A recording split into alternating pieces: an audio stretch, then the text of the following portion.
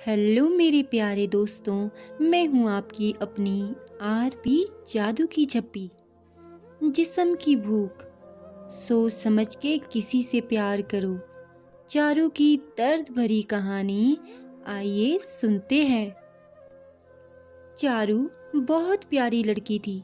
वो अभी बहुत छोटी थी। उसे अच्छे बुरे की पहचान नहीं थी।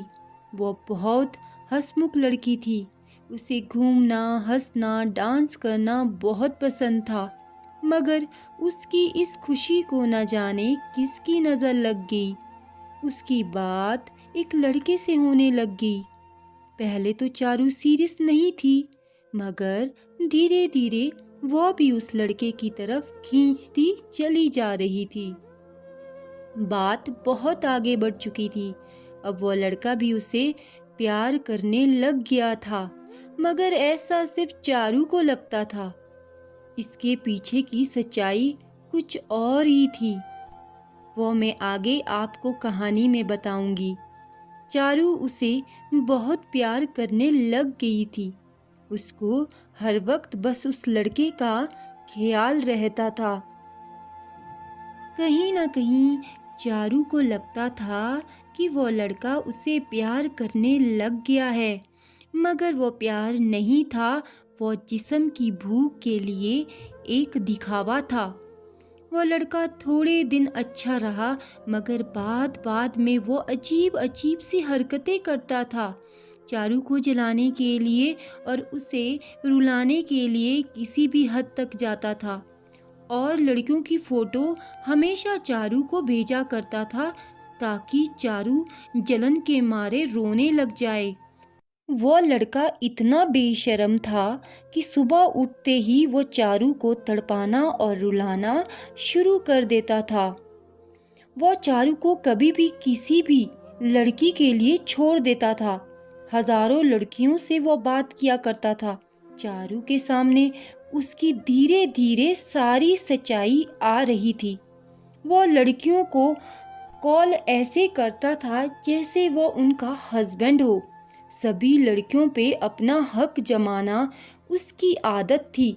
चारू को यह पता चला कि उसके शादीशुदा औरतों के साथ भी गंदे संबंध थे। चारू अब बहुत परेशान हो चुकी थी।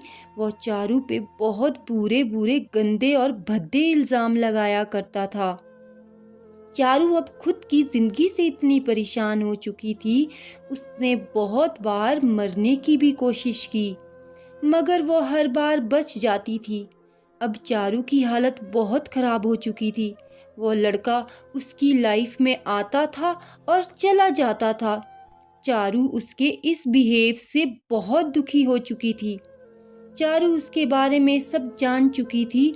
वो चारू को अक्सर वीडियो कॉल में न्यूड होने को बोलता था और उसे प्राइवेट पार्ट की और न्यूड फोटो की मांग किया करता था।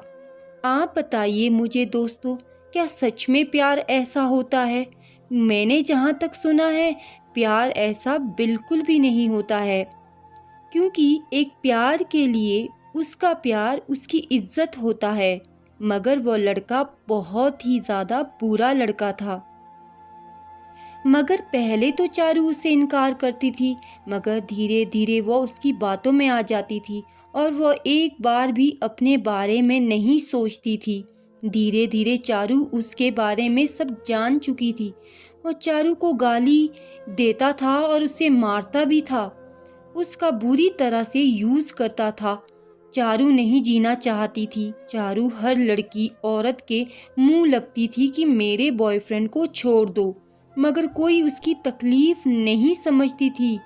तभी तो कहते हैं एक औरत ही औरत की दुश्मन होती है। मैं चारू को पहले से ही जानती थी। एक बार मैं उससे मिली तो मैंने उससे पूछा, तुम आजकल बहुत ज़्यादा कमज़ोर हो गई हो और चेहरे पे भी पहले जैसा नूर नहीं है। तो वो मेरे सामने रो पड़ी। मैंने उसे चुप कराया और उससे पूछा, चारू मैं तुम्हारी दोस्त हूँ, मुझे बताओ ऐसा क्या हुआ है। जब मैंने चारू से पूछा तो चारू ने मुझे अपनी स्टोरी बताई और मुझे बहुत रोना आ गया, कि कोई किस हद तक किसी को मरने तक मजबूर कर सकता है। मगर मैं चारू को बहुत ज़्यादा समझाया। चारू थोड़ा समझी, मगर कुछ दिन बाद मुझे सुनने को आया कि चारू हॉस्पिटल में एडमिट है। जब मैं उसे मिलने गई तो उसने बताया कि मैं उस इंसान को छोड़ना चाहती हूँ, मगर वो बार बार मेरी ज़िंदगी में आता है और मुझे परेशान करता है। मैं उसे 100 बार समझा चुकी हूँ कि मुझे उसकी लाइफ में नहीं रहना है। इसीलिए मैंने बहुत गुस्सा किया और मेरी हेल्थ पे बुरा असर पड़ा। मैंने फिर उसे समझाया कि ऐसा मत करो, उसका फ़ोन, मैसेज का रिप्लाई मत करो। वो चारू से प्यार नहीं करता था, वो बस एक ऑप्शन रखना चाहता था।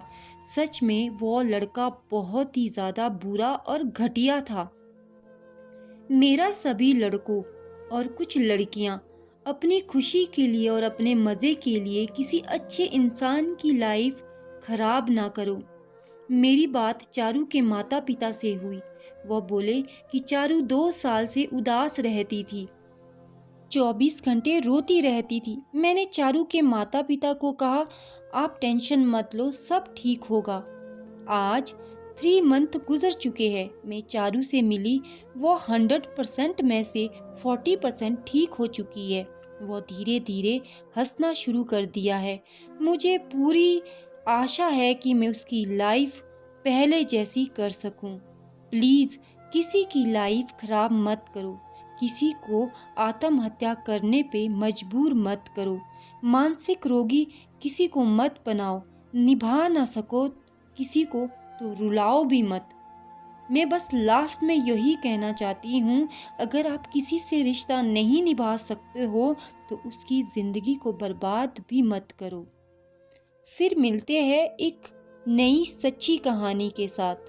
तब तक के लिए बहुत सारा प्यार और लव यू सो मच।